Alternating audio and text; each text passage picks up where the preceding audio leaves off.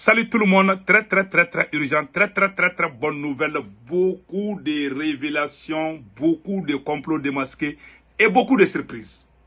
Aujourd'hui, vendredi 15 décembre 2023, la première bonne nouvelle, des nouveaux équipements militaires viennent d'arriver au Mali. Aïe.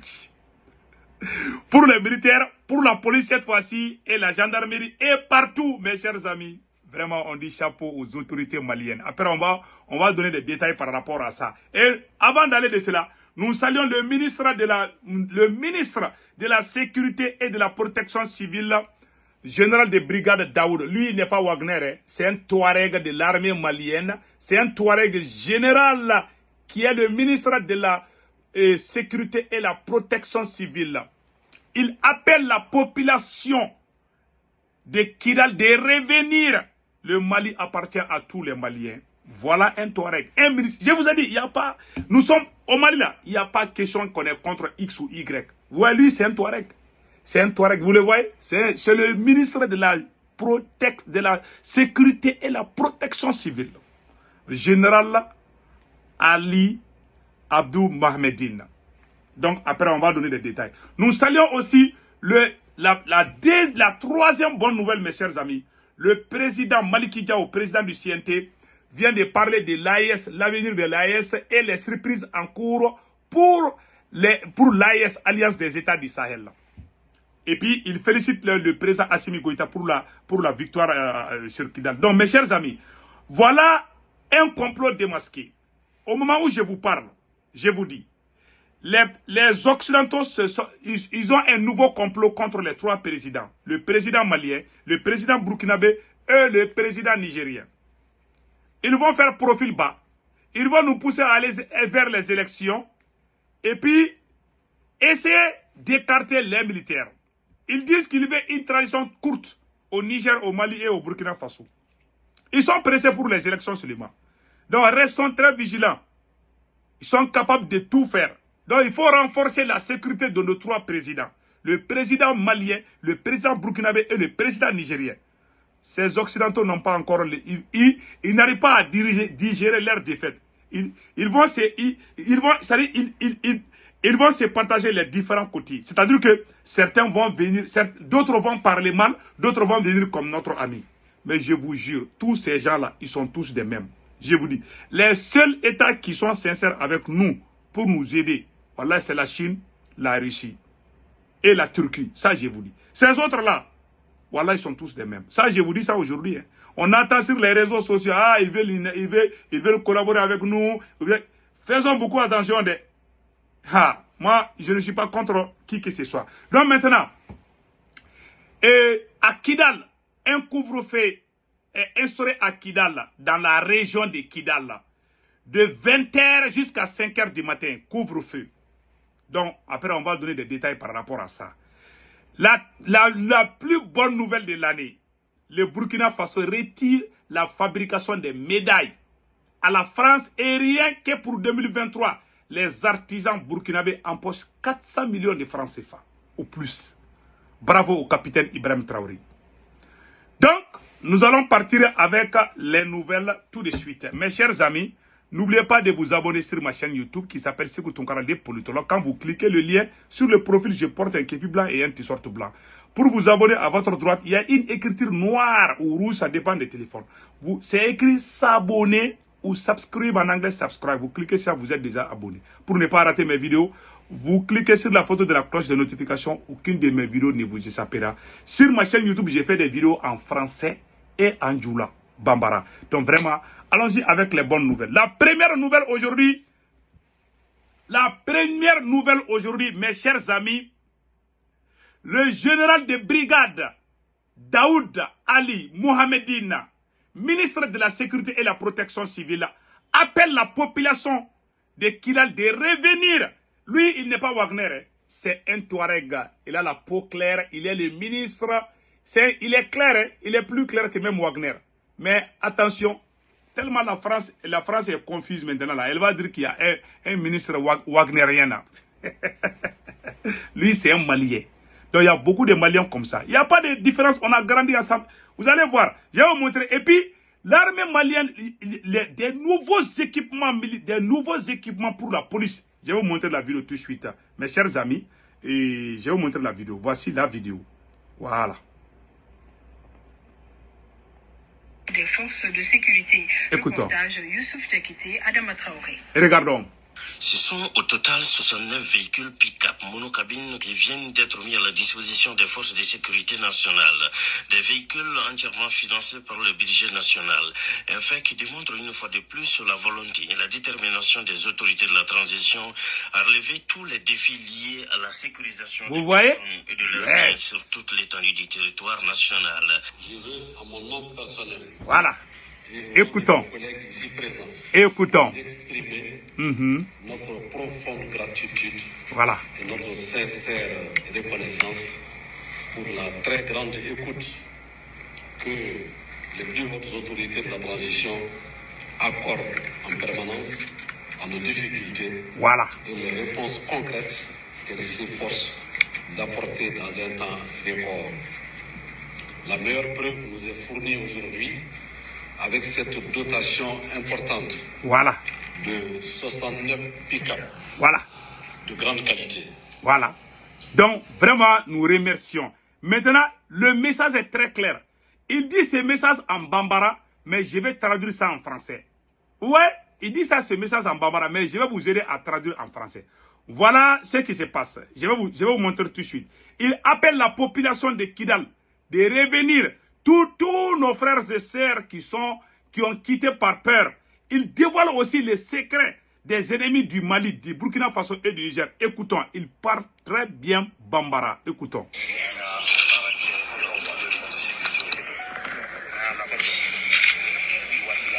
Voilà. Attendez là, je vais montrer tout de suite là.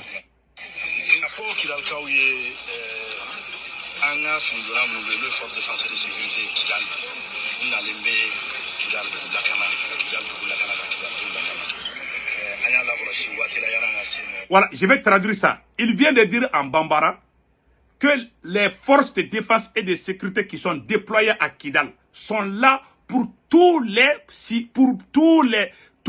la population de Kidal, tous les gens qui vivent à Kidal. Ils sont là pour vous protéger. Les forces de défense et de sécurité, y compris la police, la gendarmerie, les soldats, tous ceux qui portent les uniformes et qui sont à Kidal sont là pour le bien de la population. Lui, il le dit, il est Touareg, il est le ministre de la sécurité et la protection. Lui, c'est pas Wagner, aïe. C'est quand tu regardes les médias occidentaux, on dirait tous les Maliens sont contre les peaux blanches, les Maliens sont contre les Touaregs. Ça, c'est faux. Le nouveau gouverneur de Kidal, c'est qui? C'est pas Gamou. Il est le gouverneur le plus aimé du Mali. Il est tellement aimé, quand il partait, on dirait que c'est Assimi qui partait. Les gens applaudissaient, les gens criaient partout. Les gens n'ont pas regardé sa peau. Ces histoires de... Écoutons, le ministre, écoutons.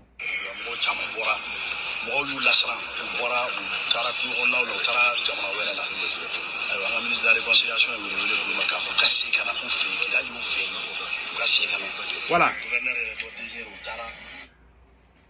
Il dit que les ennemis ont effrayé, ont fait des messages d'intox pour faire peur à certains individus qui ont fini par fuir parce qu'il y a eu la désinformation.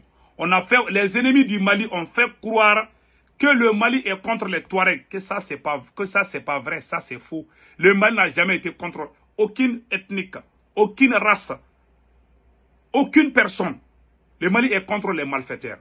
Donc, ils ont vraiment balancé des messages, des désinformations à travers les médias mensonges français et leurs complices, les terroristes, les voyous armés, leurs bébés gâtés, la SEMA. Donc, ils ont communiqué ensemble pour que les gens quittent Kidal, pour qu'on dise que le Mali a chassé les gens. Le Mali appelle tout le monde à revenir au Mali aujourd'hui.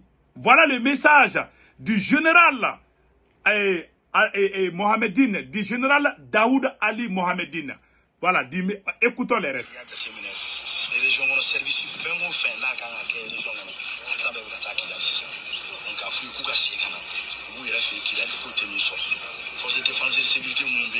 Voilà. il dit que tous les services dont on a besoin, c'est-à-dire que tous les services sont déjà au complet à Kidal. Qu'il appelle toute la population de Kidal, tous les gens qui ont quitté Kidal pour aller se réfugier ailleurs. Il les appelle de revenir à Kidal, car vous êtes chez vous. Rien ne vaut que d'être chez soi. Voilà un appel patriotique du général Daoud Ali Mohamedine. Un Touareg aussi. Il appelle les Maliens de revenir au Mali. Mes chers amis, vraiment, tu ne verras jamais ces messages sur les sites des RFI ou France 24. Ils ne vont jamais montrer ça. Et ce qu'ils montrent, c'est de créer le chaos, c'est de montrer que ça ne va pas. Donc voilà maintenant, c'est lui, le ministre de la Sécurité et de la Protection civile.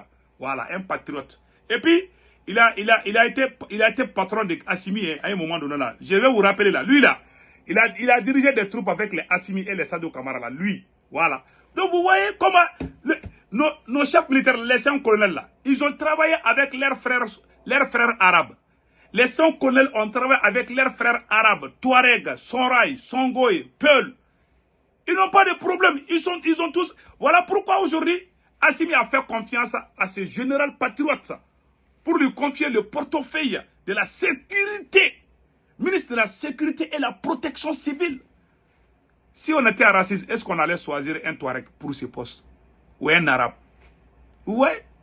Et puis c'est un patriote. Il n'y a pas de problème entre nous. Il parle tellement bien Bambara, il n'y a même pas d'accent sur son Bambara. Donc nous disons bravo au général patriote. Maintenant, il y a des surprises aussi à court. Il a dit ça en Bambara qu'il y a d'autres équipements qui vont venir bientôt pour le Mali. Donc il appelle la population à l'apaisement.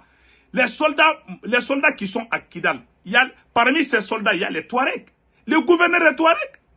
On est en train de montrer au monde entier que nous sommes un pays uni. On est en guerre contre personne. On est en guerre contre les criminels voyous terroristes. Celui qui ne veut pas laisser les armes, celui qui veut diviser le Mali, celui qui ne veut pas être malien, qu'il aille chercher sa nationalité ailleurs. Le Mali, c'est de Kidal à Kaï. Voilà, le message est clair. Le Mali n'est contre personne. Voilà un message clair. Donc maintenant, mes chers amis, nous allons partir avec le président du CNT, colonel Maliki Diao, a fait un discours vraiment. Il a félicité non seulement la prise de Kidal, il a aussi parlé de l'alliance des États du Sahel. On va vous montrer tout ça là tout de suite. Écoutons le patriote colonel Maliki Diao. Devenu une réalité le mardi 14 novembre 2023 par la rentrée triomphale de nos femmes à Kidal. Yes! Il félicite le président. Cette prise de Kidal marque une étape dans le processus de reconquête totale et complète de notre territoire longtemps envahi par des hordes de terroristes. Nous félicitons le président de la transition, chef de l'État, chef suprême des armées, le colonel Assimi Goïta pour sa vision stratégique. Merci Maliki Diao. Merci Maliki Diao. Voilà. Tous prioritaires et pour avoir su redonner aux Maliens et aux Maliennes leur dignité et leur fierté, en rendant les forces de défense et de sécurité plus aptes à remplir leur mission de protection des populations et de leurs biens. Aujourd'hui, l'actualité dominante dans le Sahel est bien la... Maintenant, il va parler de l'alliance des États du Sahel. Écoutons cela. En place de l'alliance des États du Sahel. Voilà, écoutons cela. Il faut retenir aussi de l'AES, c'est qu'elle présente un nouveau chapitre dans la lutte contre le terrorisme, dont les résultats sont tangibles au Burkina Faso, au Mali et au Niger. Les ambitions de l'AES dépassent largement celles du G5 Sahel. Non, je vais dire plutôt le GD Sahel, pour être plus précis, depuis le retrait du Mali de cette organisation. Il dit GD Sahel. Il n'y a plus de G5 Sahel. Merci Maliki Diao. Écoutons les rêves. Qui a été suivi par celui du Burkina Faso et du Niger. Les questions sociales n'ont pas été occultées par le premier responsable de l'organe législatif, la transition. La situation exige toutes les attentions du gouvernement. Entre les délestages et les coûts de plus en plus élevés. Donc mes chers amis, voilà, il parle de l'électricité. Donc vraiment, il y aura des solutions. Donc mes chers amis, nous remercions le président Maliki Diao vraiment pour cette bonne idée. Allons-y en France maintenant. La France accuse l'armée malienne. Écoutons ça très bien. Ce qui se passe est très grave. Voilà, aujourd'hui, je me réveille le matin de bonne heure, je vois des accusations contre les forces armées maliennes. Les accusations de la France contre les forces armées maliennes. Et les mensonges sur la prise de Tombouctou par les terroristes. Voilà comment la France est en train de faire la publicité des voyous terroristes armés. Je vais vous montrer ça tout de suite, vous serez impressionnés. La France écrit ici, Tombouctou, toujours sous blocus djihadiste.